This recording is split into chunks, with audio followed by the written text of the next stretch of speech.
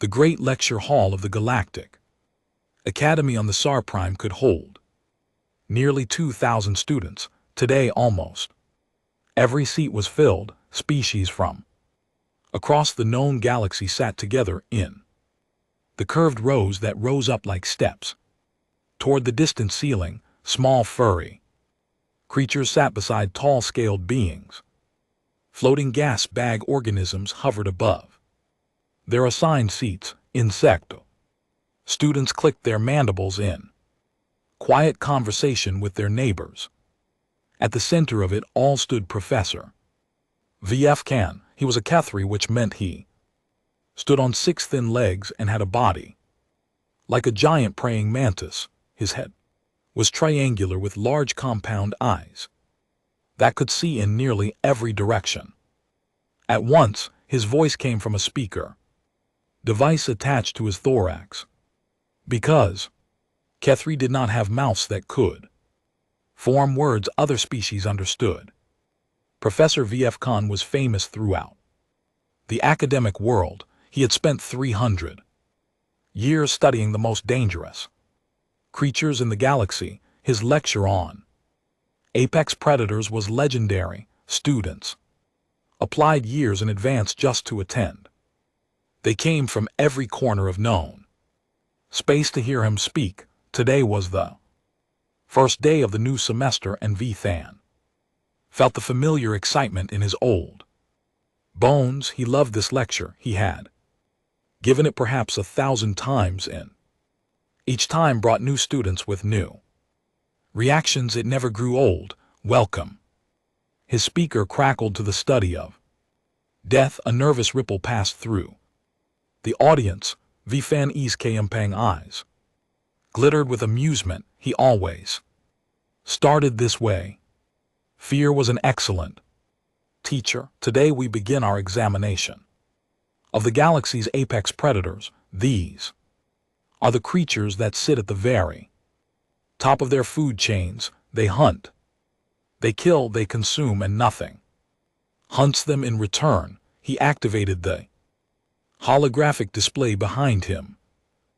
Massive creature appeared floating in the air above the stage. It looked like a cross between a shark and a centipede, with dozens of legs and 3 rows of teeth that could crush starship plating. The Voraxian stalker, V-Than announced. Native to the methane swamps of Vorax 7, they grow up to 40 m in length. They can smell blood from 20 km away. They have killed more survey teams than any other creature in Galactic Union records. Students gasped. A few covered their eyes. One small divani in the back row made a squeaking sound of terror.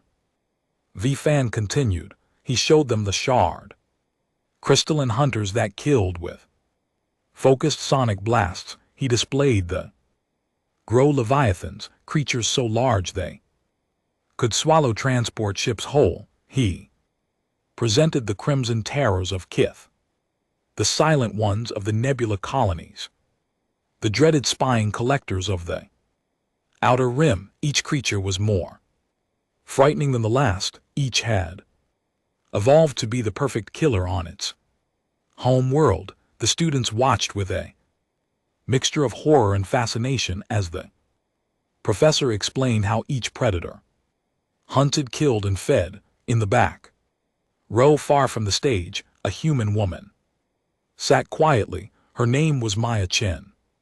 She was 27 years old, with black hair pulled back in a simple ponytail and brown eyes that watched the presentation with calm interest. She was one of only 3 human exchange students at the academy. Humans were still new to galactic society. First contact had happened barely to 100 years ago, and most species still knew very little about them. Maya took notes on her data pad. Occasionally she smiled at her classmates' dramatic reactions to the creature displays. The screams and gasps seemed excessive to her. These were just animals after all, dangerous ones. Certainly, but still just animals. Beside her sat Plex, her divanny roommate. Plex was small and furry, about the size of a large cat with huge dark eyes and soft gray fur. Divanny were prey species. On their home world, they had evolved to be nervous, quick, and very good at hiding every time a new predator appeared on the holographic display. Squeaked and pressed closer to Maya. Maya patted her friend's head gently. "It's okay," she whispered. "They're just pictures of things that eat people like me," Pix whispered. Back trembling, Maya could not argue with that logic. She simply kept her hand on her friend's soft fur and continued watching the lecture. Professor V.F. Can was now discussing the biological requirements for apex predator classification. He listed them on the display: superior speed compared to prey, natural weapons such as claws or teeth or venom, enhanced senses for tracking, and physical power sufficient to kill quickly. An apex predator must possess at least 3 of these 4 traits, V.F. Khan explained. Without them, a species cannot claim the top of its food chain. They become prey themselves. Maya's hand slowly rose into the air. V. Fane's compound eyes turned toward the back of the hall. He had excellent vision. Even at this distance he saw the human female with her arm raised. Humans were an unusual species, he knew.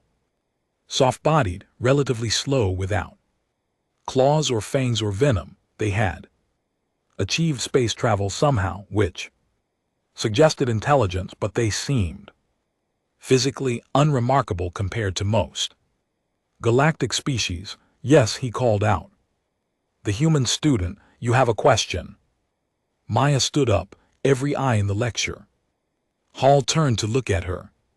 She felt 1,000 curious stares, but did not seem bothered by the attention. "I was wondering about the classification criteria," she said. Her voice was calm and clear. "You said an apex predator needs superior speed, natural weapons, enhanced senses, or physical power.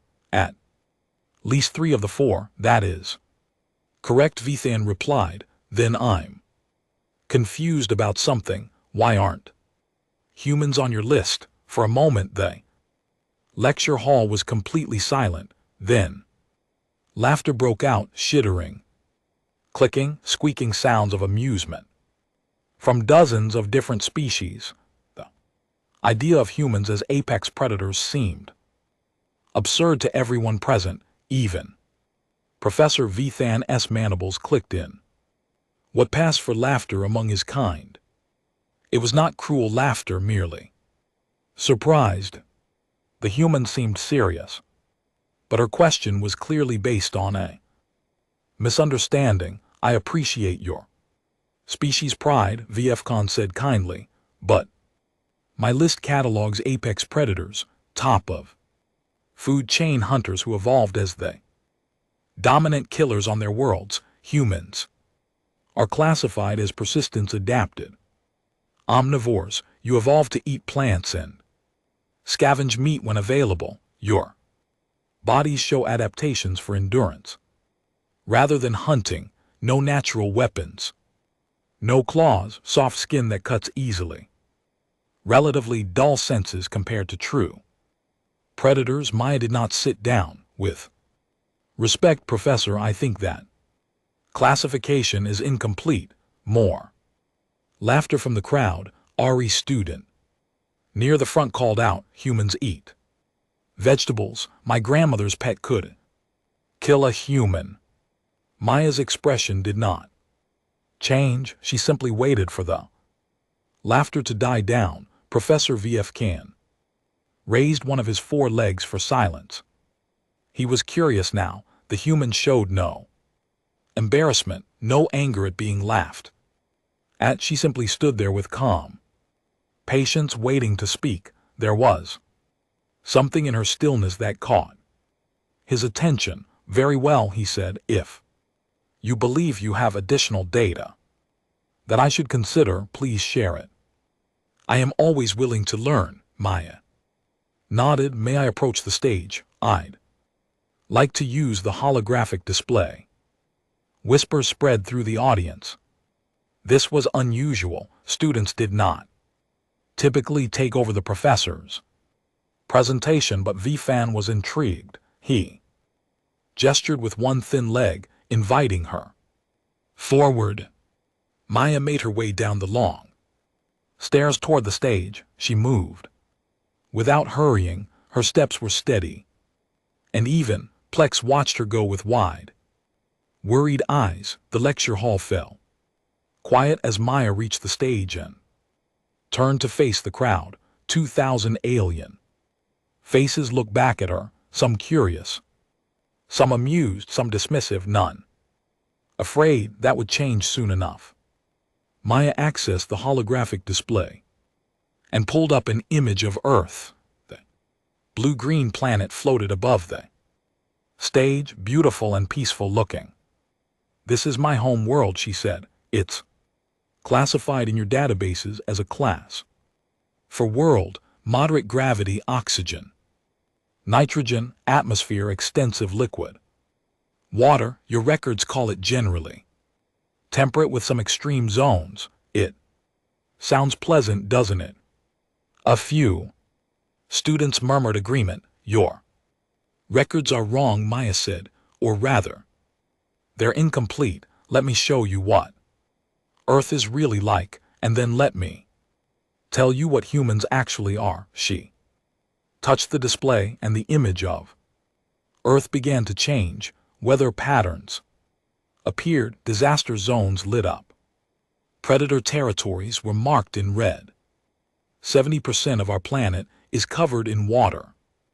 That will kill you if you drink it, Maya began. Our world has volcanoes, earthquakes, hurricanes, tornadoes, floods and droughts. We have deserts where the temperature reaches 60 degrees C and frozen regions where it drops to minus 90. We have seasons that change the weather completely every few months. She looked out at the audience. They were listening now, their amusement fading.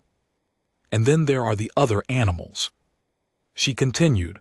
Earth is home to millions of predator species, things with fangs and claws and venom and crushing strength, things that hunt in water and on land and in the air. From the moment the first humans evolved, we were surrounded by creatures that wanted to eat us. Maya paused to let that sink in. You asked why humans don't have claws or fangs or venom, she said. You asked why we're not faster or stronger than our prey. The answer is that we didn't need any of those things. We evolved something else instead, something that made us the most successful. Maya stood alone on the stage facing 2,000 alien students. The holographic display behind her showed images of ancient humans hunting across an endless golden plain. The audience was silent now. The laughter had stopped completely. Professor V.F. Kant remained motionless on his 6 thin legs. His compound eyes had not moved from the human since she began speaking. Something in her words had caught his attention in a way that surprised even him. Perhaps you could explain further, he said, his speaker crackling. I'm not familiar with this concept of pursuit predation. Maya nodded. She touched the display and brought up a new image. It showed a 4-legged animal with curved horns running across dry grassland. Behind it, small figures followed on 2 legs. On Earth, most predators hunt the same way. Maya began. They use speed and surprise. A lion hides in tall grass, waits for prey to come close, then explodes into action. It can run at 80 km per hour for short distances.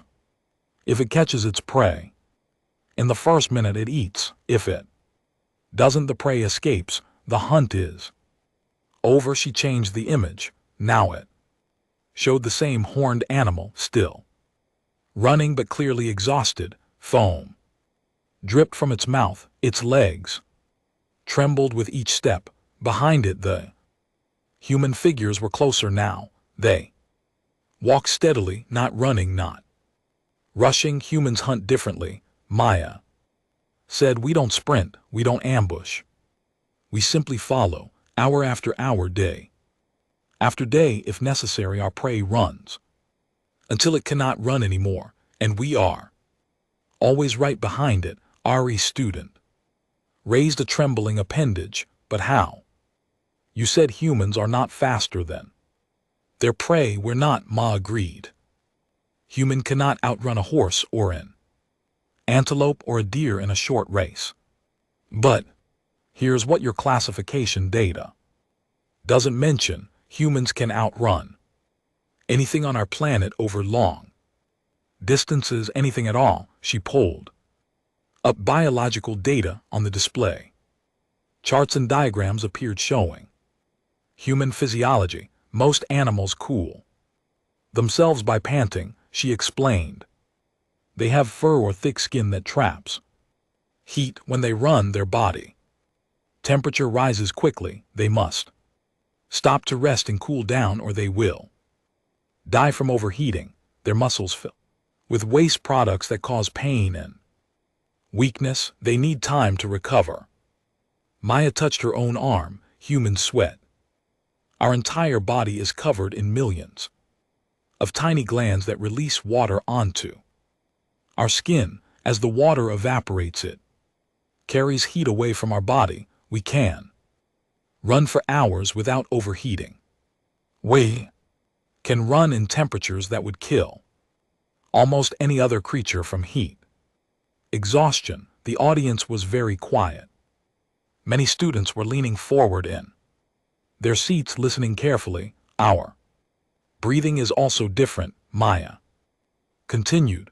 Most four-legged animals can only take one breath per stride. When running, their internal organs compress their lungs with each step. Humans breathe independently of our stride. We can take as many breaths as we need, as fast as we need them. She showed an image of a human foot, then compared it to an animal paw. Our feet have evolved specifically for long distance scenes. Running, arch support spring-like tendons that store and release energy. With each step, we lose almost no energy. When we run, we can go and go and go until our prey collapses. Professor Vithan made a thoughtful clicking sound. But surely the prey could simply hide, rest in a safe place until the threat passed. Maya shook her head slowly. Professor, I haven't told you about our tracking abilities yet. She brought up new images, footprints in mud, broken twigs, disturbed grass, drops of blood on leaves. Humans evolved as trackers. We can follow prey by the signs it leaves behind, footprints scent, disturbed vegetation, droppings. Even when we lose sight of our prey, we can find it again. We read the ground like you might read a data pad. The prey cannot hide from us, it can only run. Small voice spoke up from the back of the hall. It was Plex, Maya's Divani roommate. Her huge dark eyes were wide with a mix of fear and fascination. Maya, how long can humans chase prey like this? Maya looked at her friend and answered honestly, the longest recorded persistence hunt on Earth lasted 3 days. The hunters covered over 100 km on foot. They ate while walking, slept in short shifts while others kept the prey moving, and eventually ran a large animal called a kadu until its heart stopped. From exhaustion, silence filled the hall. 3 days, 100 km. The numbers seemed impossible to creatures who measured hunts in seconds or minutes. A karate student near the middle of the hall stood up. He was a large creature with, for powerful legs and muscular shoulders. His species was known for their speed and strength. This is an impressive story, he said, his voice carrying through the hall, but it describes primitive hunting methods. Surely modern humans have moved beyond such things. Maya smiled slightly. It was not an unfriendly smile, but something in it made several students shift uncomfortably in their seats. You're right that we don't hunt for food this way anymore, she said. We developed other methods long ago, but the physical capability remains. In fact, we now test it for entertainment. She pulled up new images on the display. Crowds of humans lined the streets of large cities. Among them, other humans ran in bright clothing, moving through the streets in great waves of motion. These are called marathons, Maya explained. 42 kilometers of continuous running. Millions of humans participate in these events every year. Some run much longer distances, races of 100 km, 200 km. Some humans run across entire continents for fun. Professor VFKN's mandibles clicked rapidly. This was a nervous gesture among his kind. For entertainment, they run until collapse. For entertainment, they don't collapse. Maya said simply. They finish, then they eat dinner and go to sleep and wake up the next day ready to do it again. She changed the display once more. Now it showed human military records, soldiers marching across difficult training exercises, combat operations.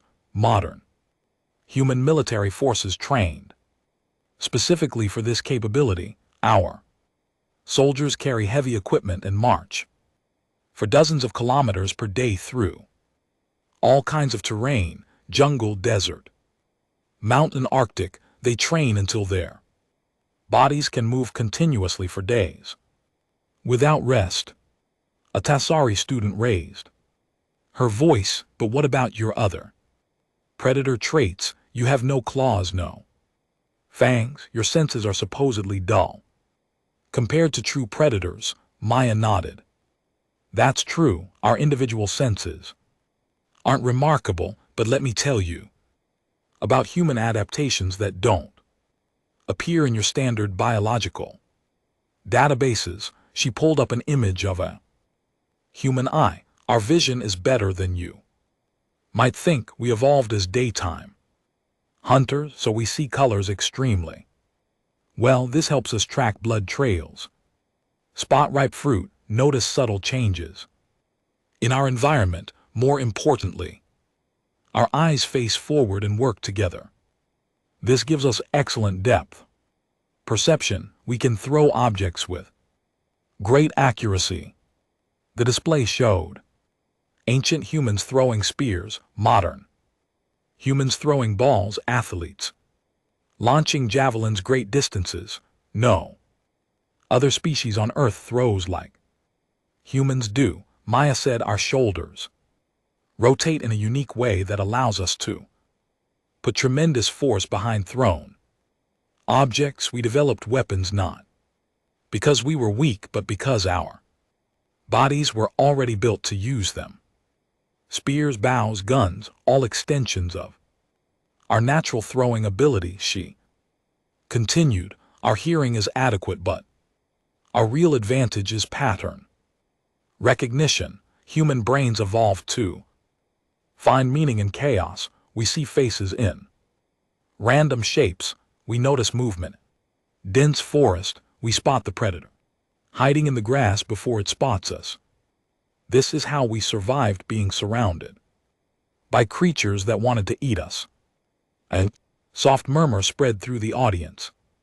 Students were looking at Maya differently now. The small, soft-skinned human suddenly seemed less harmless than before. And then there's our most important trait, Maya said, the one that made us the dominant species on Earth before we ever developed Technology, she paused, looking out at the crowd. We worked together. Display showed groups of early humans. They stood information, weapons ready, facing creatures many times their size. Humans evolved as pack hunters, Mia explained, but not like wolves or other pack animals. We don't have instinctive pack behaviors programmed into our genetics. We learn, we adapt, we create new strategies for each situation. We communicate complex ideas during a hunt. We coordinate without speaking, using only gestures and eye contact. She pulled up statistics. A single human is dangerous but vulnerable. A group of humans is one of the most effective hunting forces ever to evolve anywhere. In the known galaxy, we share information. We cover each other's weaknesses. We sacrifice ourselves for the group, and we never ever give up on a hunt once it is started. Professor Vithan stood very still, his compound eyes seemed to be calculating something. You say humans work together, but many pack species work together. What makes human cooperation special? Maya smiled. Again, this time the smile reached her eyes. We don't just cooperate with each other, Professor. We cooperate with other predators. She showed an image that made several students gasp. A human stood beside a large four-legged creature with sharp teeth and yellow eyes. The human's hand rested on the creature's head. Both looked at the camera with what could only be described as similar expressions. This is a wolf, Maya said, one of the most successful pack predators on our planet. Thousands of years ago, humans and wolves began hunting together. We shared food. We protected each other's. Lecture ended early that day. Professor Vithan dismissed the students with a distracted wave of his foreleg, his compound eyes still fixed on Maya's chin. As she walked back to her seat, 2,000 students filed out of the great hall in unusual silence. Normally after this lecture, the corridors would be filled with excited chatter about the terrifying creatures they had seen. Today they were quiet. Many of them kept glancing at Maya as they passed her row. Plex pressed close to her roommate as they walked toward the exit. The small Divani's fur was standing on end, and her huge dark eyes kept looking up at Maya's face with an expression that mixed fear with wonder. Maya Plick whispered as they entered the corridor outside. Why didn't you ever tell me any of that? Maya looked down at her friend and shrugged. You never asked, and honestly, I didn't think it was that unusual. It's just how humans evolved. Every species has its own survival traits, Pick repeated, her voice slightly squeaky. Maya, you described your species chasing prey until their hearts explode.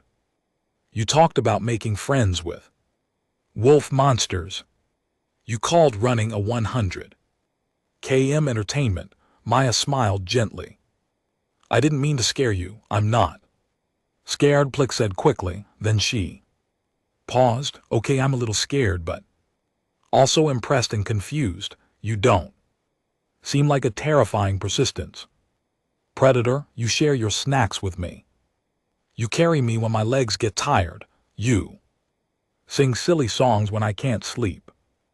Maya knelt down so she was at eye level with her small friend. Plex, being good at hunting doesn't mean that's all we are. Humans evolved past the need to hunt a long time ago. Now we use those instincts for other things: exploration, problem solving, taking care of the people we love. She reached out and gently scratched behind Pix's ear.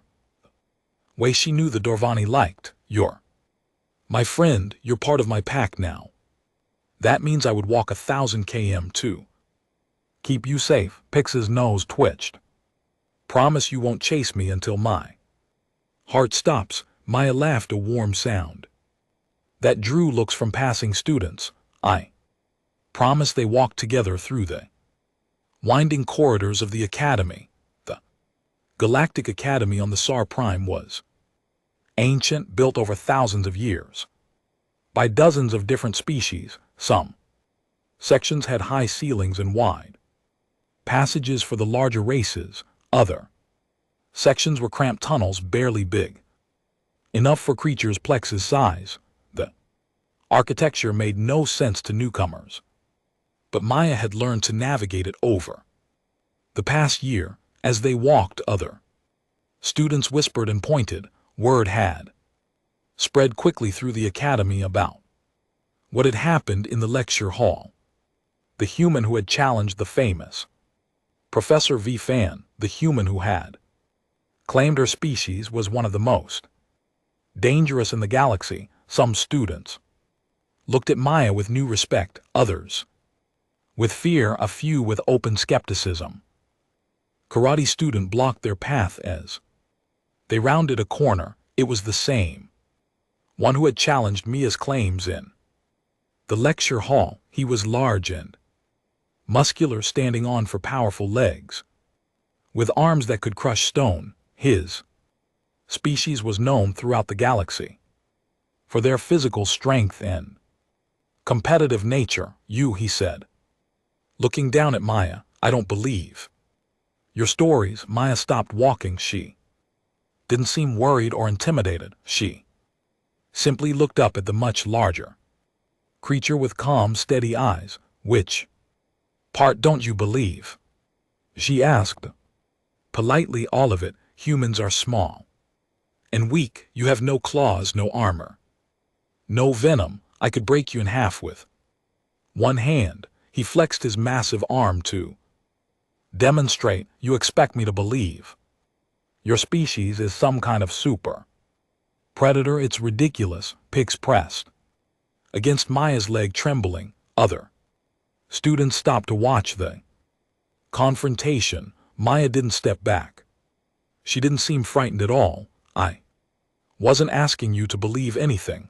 I was just sharing information with the professor. You're free to think whatever you want. The karate leaned closer. Maybe you should prove it. Back up your big claims with action. What did you have in mind? Maya asked. The karate smiled, showing rows of flat teeth designed for grinding tough vegetation. Despite their fearsome appearance, karate were actually herbivores. Their strength came from a need to defend themselves from predators on their home world, not from hunting. An endurance test, he said. You claim humans can run forever. I challenge you to prove it. We go to the academy track and we run last. One standing wins. If you quit first, you admit that everything you said in there was lies. You apologize to Professor V. Khan for wasting his time. Maya considered this for a moment. And if you quit first, I won't. But if you do, the karate snorted, then I'll admit I was wrong. In front of everyone, I'll tell the whole academy that humans deserve to be on that predator list. Crowd had gathered now. Students from many different species lined the corridor, watching the exchange. Maya looked around at them, then back at the karate. What's your name? She asked.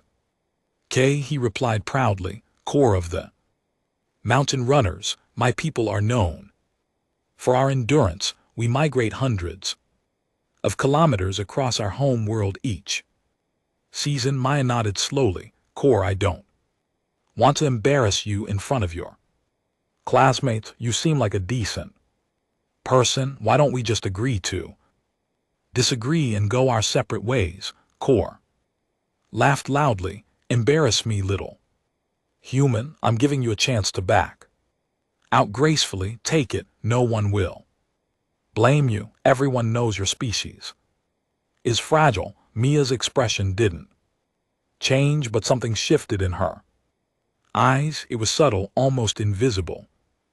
Tiny hardening around the edges. A stillness that hadn't been there before. "All right," she said quietly.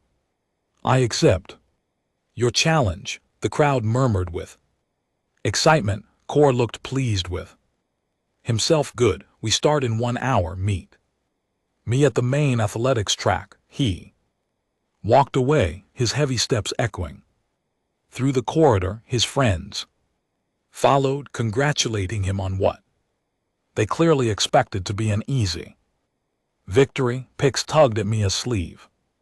"Maya, are you sure about this? He's so much bigger than you, and karate really are famous for their endurance. They're not like the other species you talked about." Mia looked down at her friend and smiled. "I know, that's why this will be a fair competition. He might actually make me work for it. Plagued Maya, "He's going to try to destroy you." "No," Maya said calmly. "He's going to try to outrun me." "That's very different," she started, walking toward their dormitory. "Come on, I need to change into running clothes and eat something. No heavy food, just some carbohydrates and water." Plex screamed after her. "You're treating this like it's normal, like you do this all the time." "I used to run marathons back on Earth," Maya said. 42 km, sometimes ultramarathons, 100 km or more. "I haven't done one since I came here. This will be good practice." Small DVI stopped walking, her mouth hanging open. "You ran 100 km in one session?" Maya looked back at her friend.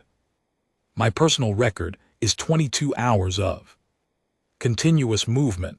I stopped because I got bored, not because I was tired." Plex made a small whimpering sound.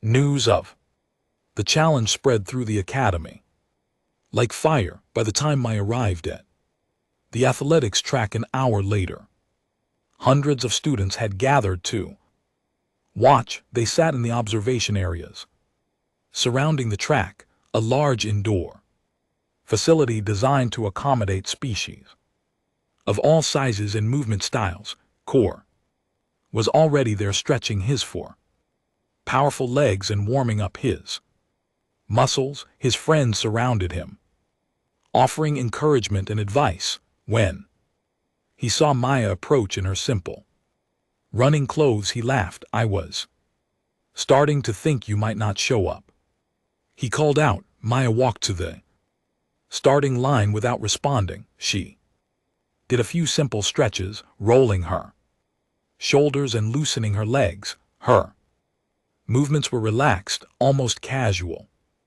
Dodge. Professor Vithan appeared at the edge of the track, his compound eyes swept across the gathered crowd, then settled on Maya.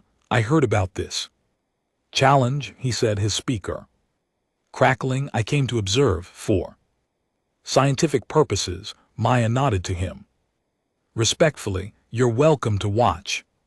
Professor, a referee, took position at the center of the track. She was a Tessari official, her long body covered in iridescent scales. "The rules are simple," she announced. "Both contestants will run around this track continuously. You may adjust your pace as needed, but you must keep moving forward at all times. Walking is permitted, stopping is not. The first contestant to stop moving for more than 5 seconds loses. There's no time limit." She looked at both competitors. "Are you ready?" Cora at the ground with his front legs, eager to begin. "More than ready," Ma simply nodded. "Begin." Cora exploded forward, his forelegs churned against the track surface, propelling him ahead with impressive speed. The crowd cheered as he quickly opened up a massive lead, completing the first lap before Maya had even finished half. Maya ran at a steady, moderate pace, not slow but not particularly fast either. she breathed. Evenly through her nose, her arms swinging gently at her sides, her footsteps were light and consistent. Like a drum keeping perfect time, lap after lap Core maintained his lead. He lapped Maya once, then twice, then 3 times. Each time he passed her, he shouted encouragement that was really mockery. Word of Maya's victory spread across the academy like a wildfire, burning through dry grassland. By the next morning, every student on the SAR Prime knew the story, the small human female who had outrun a karate mountain runner for more than 3 hours, the apex predator who didn't look like one, the endless runner who just kept going. Maya found that her daily routine had changed dramatically. Where before she had walked through corridors unnoticed, now students stepped aside as she passed. Some bowed their heads in respect. Others pressed themselves against walls, giving her extra space as if she might suddenly decide to chase them. Pix walked beside her as always, but now the small Divani carried herself with a strange new pride. Her best friend was apparently one of the most dangerous creatures in the galaxy, and somehow this made Pix feel important by association. Everyone is looking at you, Pix whispered as they entered the dining hall for breakfast. I know, Maya said. I wish they wouldn't. Why? You proved everything you said was true. You should be proud. Maya sighed and collected a tray of food. I didn't want to prove anything. I just wanted to share accurate information with the professor. Core challenged me. I couldn't back down after that, or he would have thought humans really are weak. She found a table in a quiet corner of the dining hall. As soon as she sat down, the students at nearby tables quietly picked up their trays and moved away, leaving a wide, empty space around her. Maya looked at the empty chairs and felt a sadness settle in her chest. This isn't what I wanted, she said softly. Clicks climbed onto the table so she could be at eye level with her friend. What do you mean? You proved humans are amazing. Why are you sad? Because now they're afraid of me. Before yesterday, I had classmates, people who talked to me, studied with me, ate lunch with me. Now they act like I'm some kind of monster. She poked at her food without eating it. On Earth, humans haven't been apex predators for thousands of years. We don't hunt anymore. We farm, we trade, we build things together. The fact that we could chase prey until it collapsed doesn't mean we want to. It's just our history, our biology. It's not who we are now. Plex tilted her head thoughtfully. But you still have all those abilities. You still ran for 3 hours without getting tired. Karate can crush rocks with their bare hands, Maya replied. That doesn't mean they go around crushing everyone they meet. Having a capability isn't the same as using it. Before Pix could respond, a shadow fell across the table. Maya looked up to see Professor Vithan standing beside her, his 6 thin legs clicking against the floor. May I join you? He asked through his speaker device.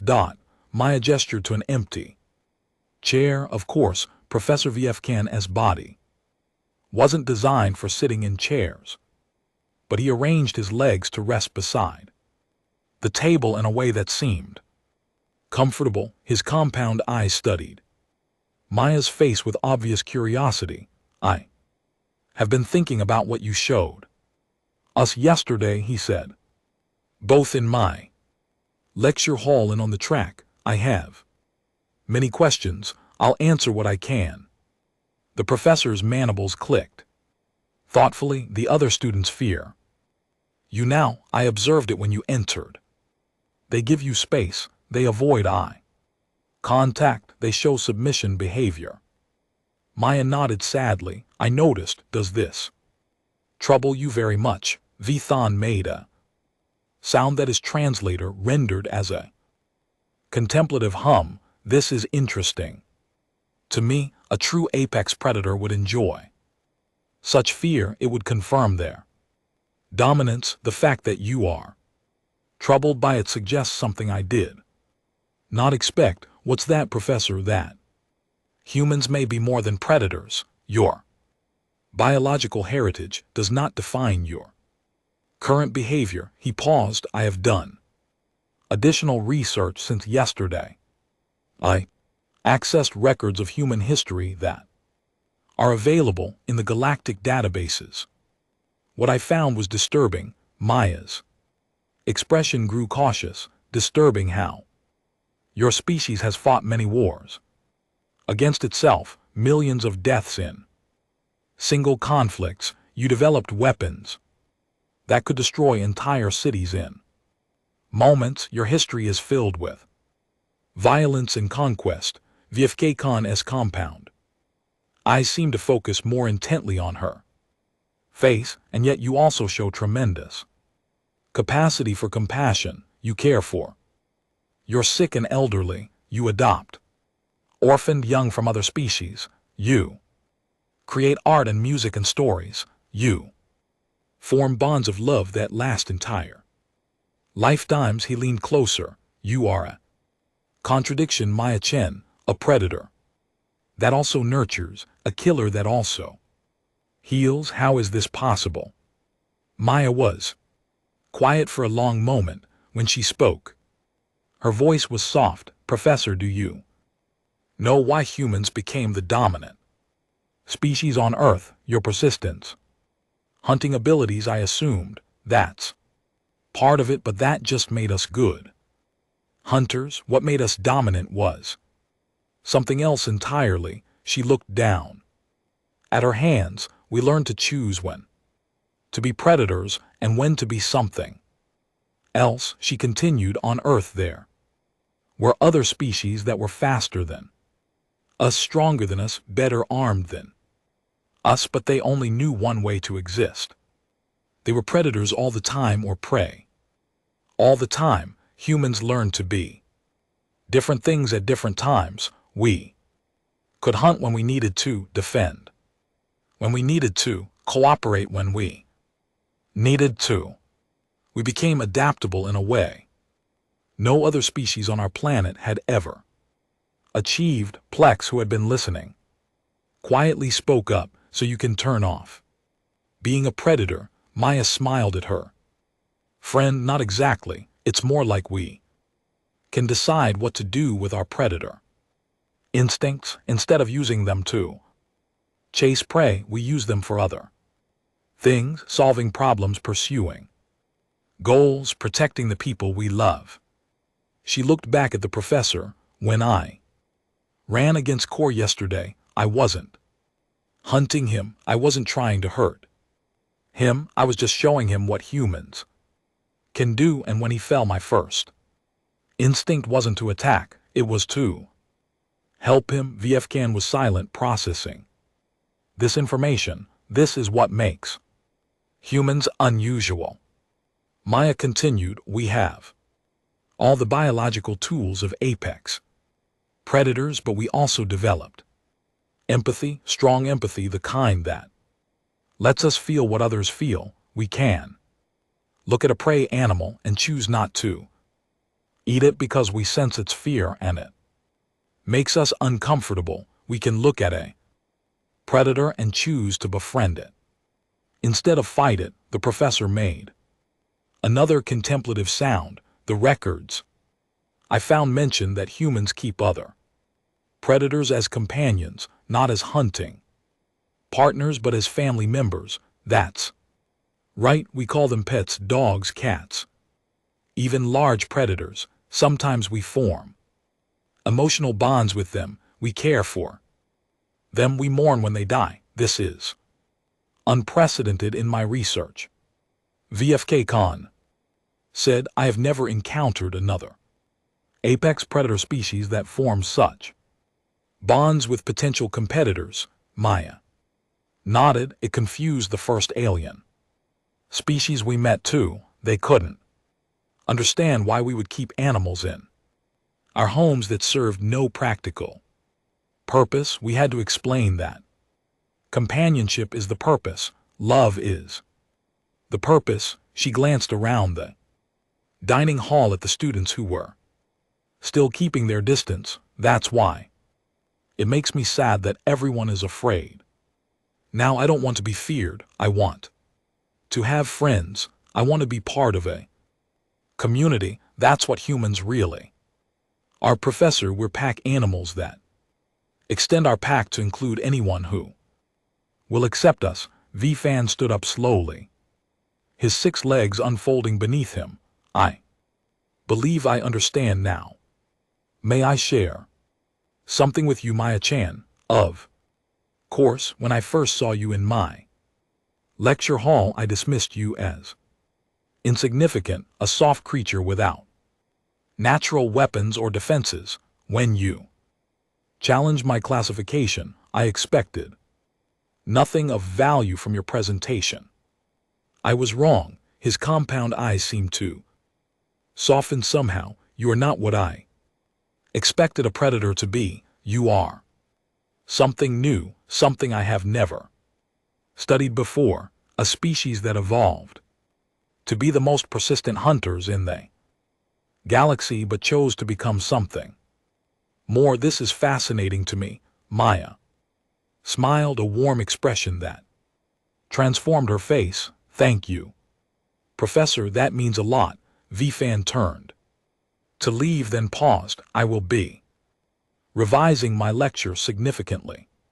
When I present it again next week, I will include a new section on humans, but I do not think I will simply add you to the list of apex predators. No, I think humans deserve their own category.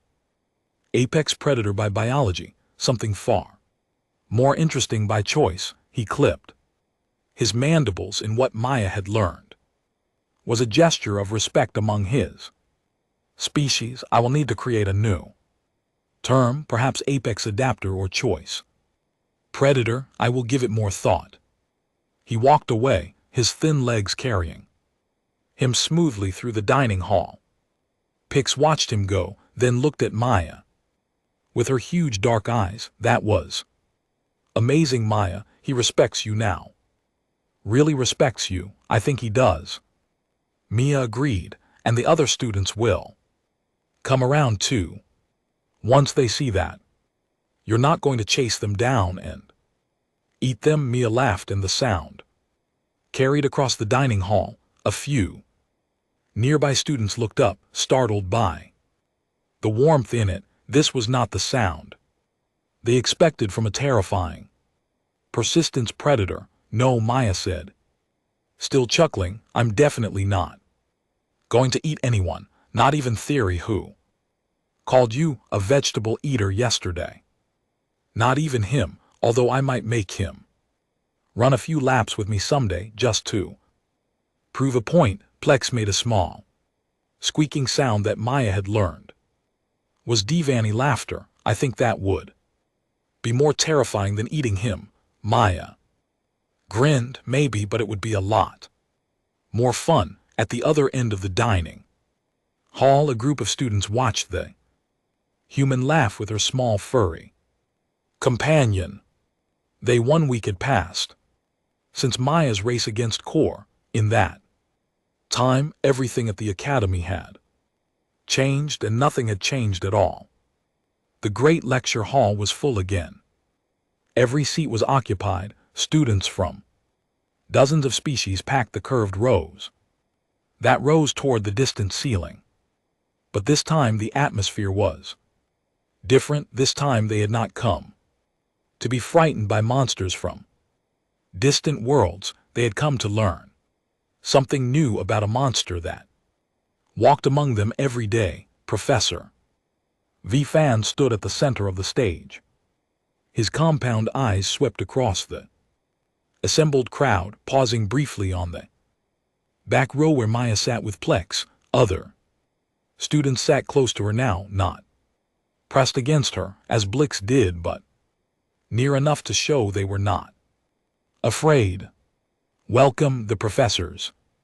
Speaker crackled to the second lecture on galactic apex predators. As some of you may know, recent events have caused me to revise my material significantly.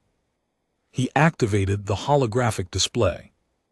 The familiar images of dangerous creatures appeared: the Varaxian Stalker, the crystalline shard, the Grow Leviathans, but now there was a new section at the end of the list marked with a symbol Maya didn't recognize. Today we will discuss a unique addition to our study. VFan continued: a species that challenges everything we thought we knew about apex predators, a species that proves biological destiny is not the same as behavioral destiny. The display changed. Earth appeared floating in the air above the stage, beautiful and blue, green, and dangerous humans. The audience murmured with anticipation. Everyone had heard the stories. Everyone wanted to hear the professor's analysis. Let me begin by admitting something that I rarely admit. VFK Khan said I was wrong. For 300 years, I have classified species based on their biological traits: speed, strength, natural weapons, sensory capabilities. By these measures, humans seemed unremarkable. I dismissed them as persistent, adapted omnivores without significant predatory characteristics. He paused, his mandibles clicking softly. I was not just wrong, I was dangerously wrong. Humans are one of the most effective apex predators the galaxy has ever produced. Their methods are simply different from anything else we have encountered. The display showed the same images Maya had presented a week ago: pursuit, hunting, sweat glands, tracking abilities, pack coordination. The audience watched with rapt attention. Humans evolved as pursuit predators, VF Khan explained. They do not chase prey to catch it, they follow prey until it dies from exhaustion. They can track across any terrain in any weather for days without rest. They are not the fastest or the strongest, but they are the most persistent hunters ever to evolve on any world in the known galaxy. He let this sink in before continuing. But this is not the most remarkable thing about humans. Many species have unusual hunting methods. What makes humans unique is what they did after they became the dominant predators on their world. The display changed again. Now it showed human cities, farms, hospitals, schools, images of humans helping each other, caring for animals, building together. They stopped. The audience was confused. Students looked at each other with uncertain expressions. Humans had the biological capability to hunt any species on their planet to extinction. V. Than said, and they did drive some species to extinction in their early history, but then they made a choice that no other apex predator has ever made. They chose to become protectors instead of predators. He brought up images of conservation efforts: humans rescuing endangered animals, humans protecting wild spaces, humans caring for creatures that would have been prey to their ancestors. They created laws to protect the species they once hunted. They built reserves and sanctuaries. They took animals that should have been competitors and made them into family members. They developed empathy so strong that they feel pain when other creatures suffer. Professor V.F. Khan turned to face the audience directly. This is unprecedented in galactic history. We have never encountered an apex predator that evolved past predation. We have never seen a species choose to suppress its hunting instincts in favor of compassion. Humans are the first and only species to achieve this transformation. He looked toward Maya in the back row. I have created a new classification for humans. I call them apex adapters. They retain all the biological characteristics of apex predators, but they have developed the ability to choose when and how to use those characteristics. They can be the most dangerous hunters in the galaxy, or they can be gentle caretakers of weaker species. The choice is theirs. Maya felt tears forming in her eyes. She had not expected this. She had expected to be listed as a predator, a dangerous species to be feared. Instead, the professor was describing humans as something new, something better. V. Fan continued, I want to share something that the human student Maya Chen told me during a conversation last week. She said that humans extend their pack to include anyone who will accept them. They do not see other species as prey or competitors. They see them as potential family. He gestured toward the back of the hall. Maya, would you please come to the stage? The audience turned to look at her. Maya felt her heart racing, but she stood and made her way down the long stairs, plus her hand encouragingly as she passed. When she reached the stage, Professor Vithan stepped aside to give her the floor. I have one question for you, he said, not as a professor to a student, but as one intelligent being to another. You have shown us what humans were: pursuit predators, dangerous hunters. What are humans now? What do you want to be? Maya looked out at the sea of alien faces, creatures with scales and fur and feathers and crystalline structures, species that breathed oxygen and methane and substances she couldn't pronounce. So different from her, so strange and wonderful and unique. We want to be friends, she said simply. The audience was silent. That's what humans have always wanted, really: connection, community, pack. We evolved as social creatures, and we never stopped being social even after we became apex predators. If anything, our success as hunters made us value our connections more. We needed each other to survive. She smiled, a warm expression that reached her eyes. When humans first reached the stars, we didn't come looking for prey. We came looking for companions. We wanted to find other intelligent beings who might want to join our pack, other species who might become our friends, our partners, our family. Maya gestured toward the audience. Every one of you is a potential friend to humanity, not prey, not competitors, friends. We don't want to hunt you or dominate you. We want to know you, learn from you, share with you. She looked at Blix, her small, furry roommate who had been her first alien friend. On Earth we have a saying, strangers are just friends we haven't met yet. That's how humans see the galaxy, billions of potential friends waiting to be discovered. Professor V.F. Khan stepped forward. And if someone threatens your friends, what? Then Maya's expression changed slightly, not aggressive but serious, determined. Then they learn why humans evolved as apex predators in the first place. The audience stirred uneasily.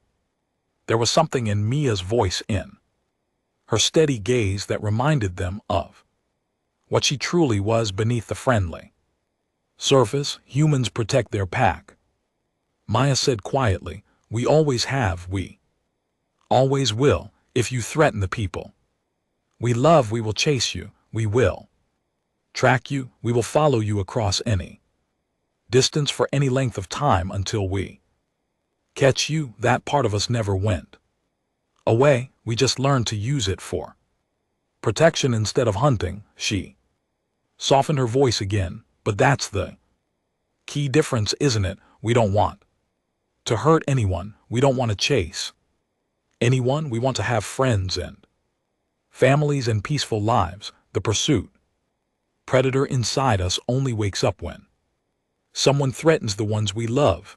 Maya turned to face Professor V.F. Khan directly. That's what humans are, Professor. We're the most dangerous friends you'll ever have. We're the species that will run across the galaxy to help someone in need. We're the pack that adopts anyone who wants to be adopted, and we're the predators that no one should ever threaten because we never ever give up on the people we care about. The lecture hall was completely silent. Then slowly, students began to make sounds: clicking, chirping, humming, rumbling, the sounds of approval in dozens of different languages. Vfan's mandibles clicked in. The gesture of respect Maya had learned to recognize. Thank you, Maya Chen. You have taught me something I could not have learned from any database or research paper. You have taught me what it means to be human. He turned to address the crowd one final time.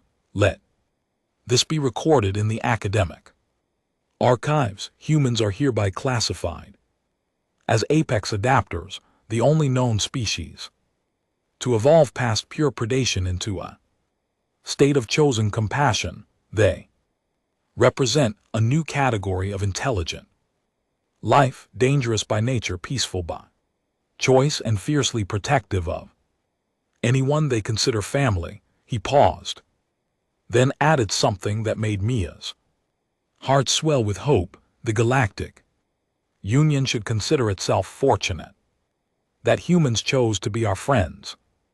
After the lecture, Maya walked through the corridors of the academy, surrounded by classmates, not following her, not avoiding her, walking with her, talking with her, laughing with her. Pli wrote on her shoulder. Tiny pause.